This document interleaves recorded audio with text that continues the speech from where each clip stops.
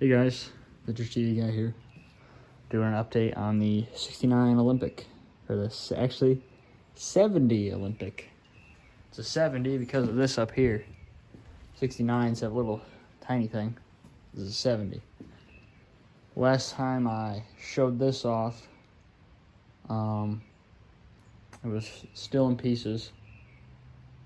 Didn't drive, wasn't running, didn't have a gas tank. It has a gas tank now. And it's got a windshield. This is the original one, all the way back from 70. I had to polish it, make it look good. It's not cracked, it's got a couple scuffs. Works. Probably slide this thing out to show it off better. That's not gonna move with only one hand. Put this here.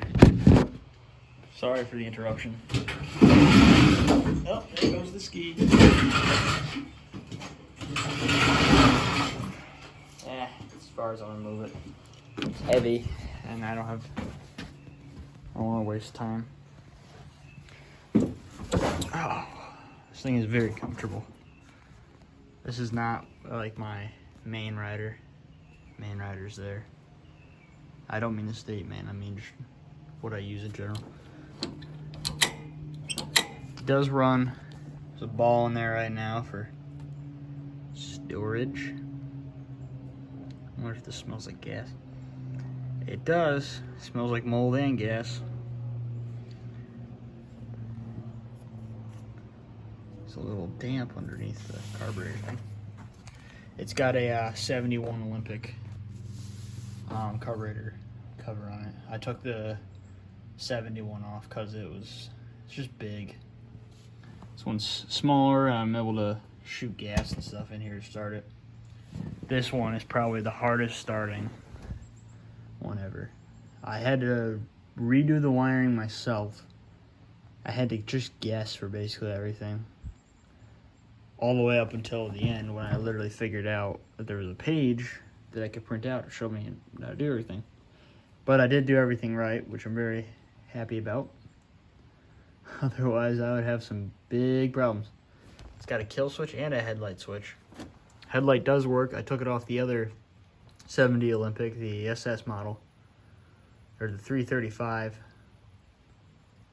That one was junked. This is the only Olympic I have. I'm probably gonna hold on to this summer. The whole engine is getting gone through, electrical wise, and carburetor too.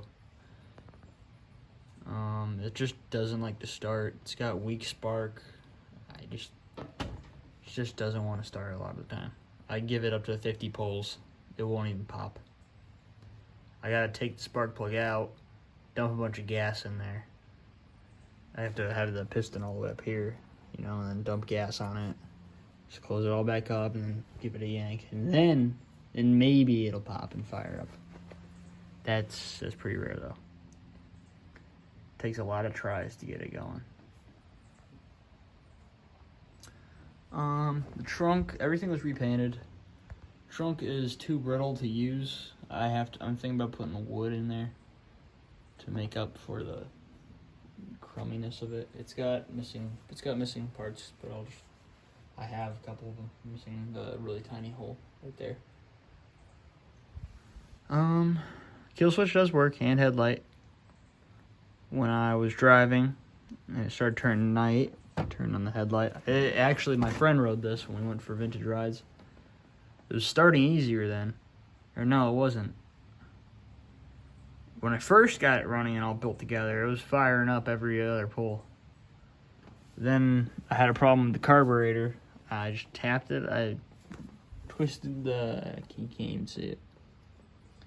It's whatever you call. There's two idle screws here. I touched one by accident while trying to get this thing together, and now it just doesn't want to start after that. If you're looking at it from this way, it's the one on the right. I think it's the low idle. Could be wrong. I don't know how to fix it.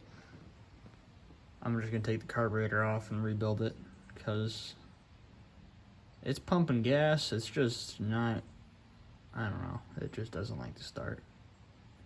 Or maybe it's not pumping gas. That's why it needs gas going in there. Because it won't pop and it won't suck any gas up the lines. What I could do is put a primer here. I saw a guy do that. You squeeze it until gas gets through here. Saying that it went up through the carburetor area. It's a Rough Rider. I've actually crashed it, how many times? Twice. First time I didn't crash it. Actually, no, 3 times. I've had 3 crashes with this thing. First time, my friend was driving it. Or no, first time I was driving it and I was going around a tree stump. And I just tapped it there. Oh, I wasn't as freaked out when I hit Polaris on there too. Second time, there was a tree in the middle of the trail, a really skinny little tree. My friend got the front of this thing stuck on it. Third time, it's my fault. I hopped off it to go talk to somebody while I was idling. And the idle's too high, so it just took off into a picnic table. I bent the front ski. I bent it back. I just sat there and kept trying to drive. And I've already wrecked the picnic table twice. Not only just this machine, that machine too. Hitting the picnic table.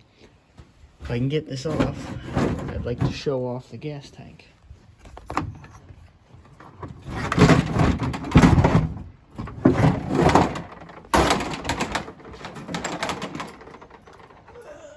Okay.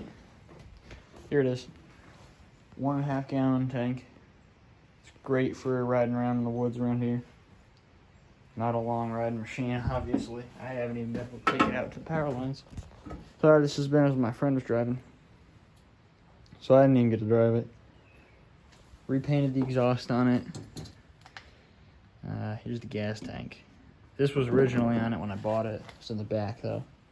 Now it's up front under the hood and it fits pretty good. So if you got a 70 or 69 Olympic and you don't really want to fix that tank, just tack on a tank. There you go, I'll show you what I did. I welded a bracket on here. Drill a hole in there, cut off the little tube extender thing. Slide your little bracket on with a little, it's got a little arm here to hold it. And then you use these things. I don't know, I forget what they're called, O-rings or something like that. Correct me if I'm wrong, because I can't remember right now. And it holds pretty good. It might jiggle, but that's good, because it's easier to put the hood on. And it's aluminum, so it's not going to rust with all the patchy paint work. It's got a bumper. I spray painted that silver. It looks pretty good. Alright, thanks for watching. Bye.